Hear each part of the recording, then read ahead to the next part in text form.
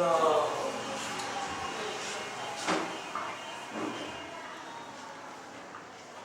اللہ الرحمن الرحیم نحمدہ ونصلی ونسلم علی حبیبہ الکریم الامین العزیز الرؤوف الرحیم اما بعد فاعوذ باللہ من الشیطان الرجیم بسم اللہ الرحمن الرحیم وَإِذَا قِيلَ لَهُمُ ارْكَعُوا لَا يَرْكَعُونَ وَيْلٌ يَوْمَئِذٍ لِّلْمُكَذِّبِينَ صدق اللہ العظیم۔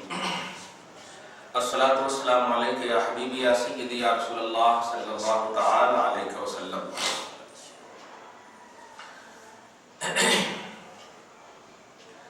سورہ مرسلات کے ہم لاسٹ آیتوں کے حوالے سے گفتگو کر رہے ہیں۔ دو گفتگو اور ہوگی، 61 تک ہو گئی ہے، دو گفتگو اور ہوگی۔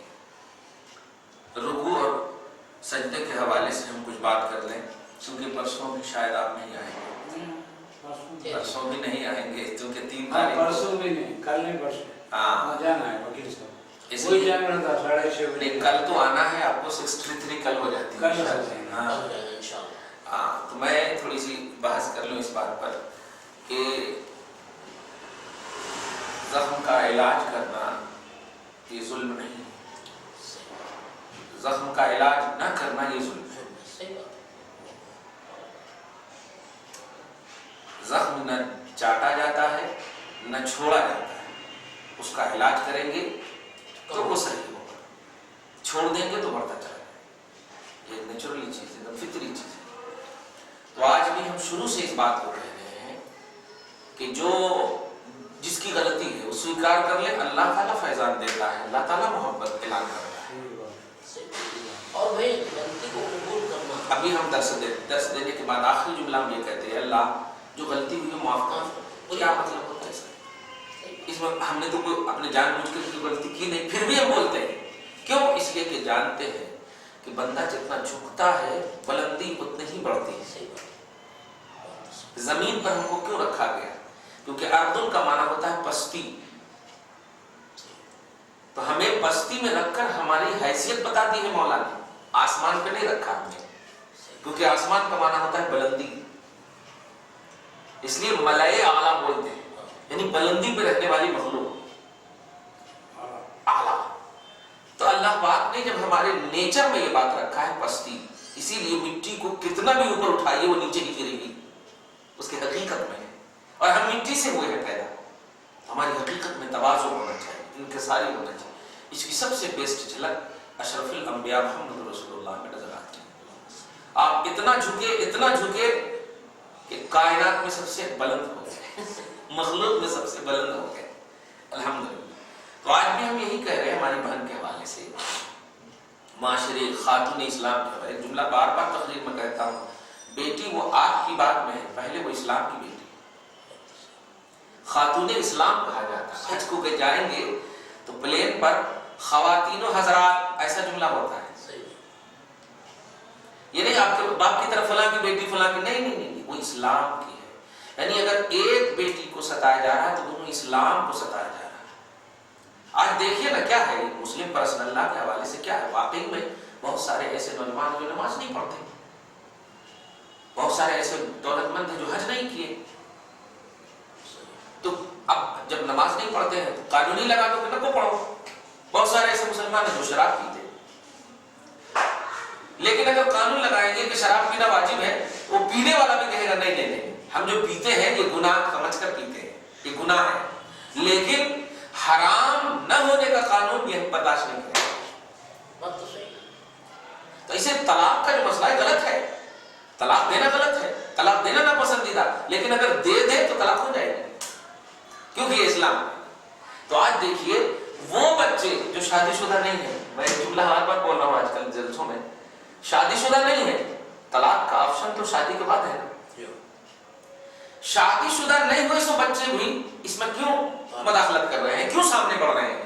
اس لیے نہیں کہ یہ ان کے مطلب کیریئر سے تعلق رکھتا ہے، وہ اس کے ایمان سے تعلق رکھتا ہے، یہ پرسنل لا ہے ان کا۔ غیر شادی شدہ کو کیا معلوم طلاق کسے کہتے ہیں، لیکن وہ بھی بچے آج نعرہ لگا رہے ہیں کہ ہم انٹرفیئر کو برداشت نہیں کریں گے، صحیح کریں، ایکسیسبل کوڈ کو برداشت نہیں کریں گے۔ اس کی وجہ یہ ہے کہ اسلام کی کوئی بھی چیز جو ہوتی ہے وہ اسلام کی ہوتی ہے، ہماری نہیں ہوتی، مسلمان کی نہیں ہوتی، اسلام کی پہلے ہوتی ہے، مسلمان کو وہ امانت دی جاتی ہے۔ اس کو بس اللہ پاک آپ کی اس پیش قدمی کو غوث پاک کی اس برکتوں سے مالا مال کرے اور سکسیسفل فرمائے، مدد کرے اللہ پاک۔ خیر، تو گزشتہ پہلے تھی ہم بات کریں گے رکوع کے حوالے سے، کچھ ہم بات کریں تاکہ معاشرے میں جو ناسور ہے ہمارے کی، اب دیکھیے آج میڈیا کو اٹھائیے، فیس بک کھولیے اور سلمان خان نے دیوالی کہاں منائی ہے اس کا اعلان کیا۔ اب آپ بتائیے کیا دیوالی ہمارا مذہبی تہوار ہے، اسلامی مذہبی تہوار ہے؟ اب اگر اس کے پیش نظر سلمان خان کو ہم کہہ دیں یہ کفر کا تہوار ہے تو لوگ واویلا مچانے لگے، مطلب وہ تہوار منائے تو کلچر بن جائے، اور ہم تہوار کو غلط کہیں کہ مسلمان نہ منائے تو وہ اس کو الٹا سمجھ جائے۔ وہ منا رہے چٹی پہن کر کے اور اس کو میڈیا خوب اچھال رہی ہے، سلمان خان نے دیوالی منائی اپنی فیملی کے ساتھ۔ تو سوال یہ ہے سلمان پہ نام کیوں رکھے ہو؟ رام نام رکھو نا، کرشنا نام رکھو نا، جو تمہارے مذہبی اعتبار سے جو کام کر رہے ہو، دیوالی دیپاولی جس کے مذہب میں ہے اس کا نام رکھو جی۔ تو سلیم سلمان کی بنیاد پر جو ان کے کیریکٹر ہیں اسلام پر انگلی نہیں اٹھا سکتے، یہ ان کی غلطی ہے، یہ ان کا مسئلہ ہے۔ ہمارا اسلام جو ہے پوتر ہے، وہ ہر برائی، پٹاخے تٹاخے، ہر رسومات بد سے دور ہے، ہمارا اسلام پوتر ہے۔ ہاں اس سے جو ریلیٹڈ عمل کریں گے الحمدللہ اس کو قبول کریں گے، چاہے وہ کسی قبیلے سے تعلق رکھے، چاہے وہ سیاہ و سفید ہو، اگر اس سے ریلیٹڈ ہے تو الحمدللہ۔ کسی بھی زاویے سے مذہب کے معاملے میں آپ نہ تو دوسرے میں مداخلت کر سکتے اور نہ رہتے ہوئے دوسرے کو اپنا سکتے، یہ بھی ہے۔ جیسے اب اللہ کی عبادت کرتے تو اس کا یہ مطلب ہوا کہ آپ کسی اور کی عبادت نہیں کر سکتے۔ لا الہ الا اللہ، کوئی عبادت کے لائق نہیں ہے، اللہ ہے، اس کا مطلب یہ ہوا کہ آپ صرف اللہ کی عبادت کر رہے ہیں۔ تو اب جو وہ اس طرح جو کر رہے ہیں تو یہ تو اب اس کا مطلب آپ کا ایمان صحیح ہے، جو بول رہے ہیں آپ اس پر خود عمل نہیں کر رہے ہیں۔ یہ ایک دم چیز ہے، اللہ پاک محفوظ فرمائے، اسی سے ریلیٹڈ ہے۔ رکوع کس کو کہتے ہیں؟ میں نے بتایا تھا جھکنے کو رکوع کہتے ہیں، لیکن کیا مطلق طور پر میں نے بتایا تھا کہ ڈکشنری میں جو جھکنا ہے وہ ہے رکوع، جیسے تدریب وغیرہ دیے نا تو رکوع جھکنے کو کہتے ہیں۔ تو کیا ہر جھکنا رکوع ہے یا ہر رکوع جھکنا ہے؟ جملے کو غور کیجیے، یہ تو سائنسی جملہ بول رہا ہوں، کیا ہر جھکنے کو رکوع کہیں گے یا ہر رکوع کو جھکنا کہیں گے؟ جملہ سمجھ رہے آپ؟ تو جواب ملتا ہے کہ ہر رکوع کو یہ جھکنا تو کہہ سکتے لیکن ہر جھکنے کو رکوع نہیں کہہ سکتے۔ جملے پہ غور کریں نہیں، ہر رکوع کے لیے یہ جھکنا ضروری ہے لیکن ہر جھکنے کے لیے رکوع ضروری نہیں ہے۔ پیسے گر گئے آپ جھک کر کے اٹھائیں گے اس کو رکوع نہیں کہتے، اس میں درد ہو گئی جھک گئے آپ، اس کو رکوع نہیں کہتے، تو دھیان دیجیے گا۔ تو ایک تو یہ معنی ہوا ہر رکوع کو جھکنا کہہ سکتے لیکن ہر جھکنے کو رکوع نہیں کہہ سکتے، ایک معنی۔ اور دوسرا جو شرعی معنی ہے خاص اللہ کو نیت میں رکھتے ہوئے کھڑا ہونا، رکوع کرنا اور سجدہ کرنا، ان سب کے مرکب کا نام نماز اور عبادت ہے۔ یعنی جھکنا، سجدہ کرنا، کھڑا ہونا عبادت نہیں ہے، خاص اللہ کی نیت کرتے ہیں۔ اسی لیے نماز سے پہلے آپ نویت ان اصلی للہ تعالی 4 رکعات صلاۃ العشاء، عربی میں ہم بول رہے ہیں، آپ اردو میں بولتے ہیں کہ میں نیت کرتا ہوں کہ 4 رکعت عشاء کی نماز پڑھوں واسطے اللہ کے پیچھے سے امام کے سب بولتے ہیں، اس کی عربی ہے۔ اب نیت کرتا ہوں تو اللہ اکبر بولنے سے پہلے آپ یہ بول رہے ہیں، کیا مطلب وہ اس کا کہ آپ جو کھڑے ہیں، کھڑے تو ہر جگہ رہتے ہیں، آپ جو جھکتے ہیں، جھکتے تو ہر جگہ رہتے ہیں، لیکن یہ کھڑا ہونا، یہ جھکنا تعبدن ہے، یعنی اللہ کی بارگاہ میں اللہ کو معبود سمجھتے ہوئے آپ جھکے ہیں، تو اب یہ قیام عبادت ہے، اب اس قیام میں کسی کو شریک نہیں کر سکتے۔ یعنی اگر آپ کھڑے ہو گئے اللہ کے لیے تو آپ قیامت تک آپ اللہ ہی کے لیے کھڑے ہوں گے، لیکن شرط یہ ہے کہ معبود سمجھ کر کے کھڑا ہونا۔ اگر ماں سمجھ کر کھڑے ہیں، توجہ دیجیے گا، باپ سمجھ کر کھڑے ہیں، ولی سمجھ کر کھڑے ہیں، درگاہ سمجھ کر کھڑے ہیں، تو یہ لا الہ الا اللہ کا اعلان نہیں ہے، عبادت کا حقدار سمجھنا۔ لفظ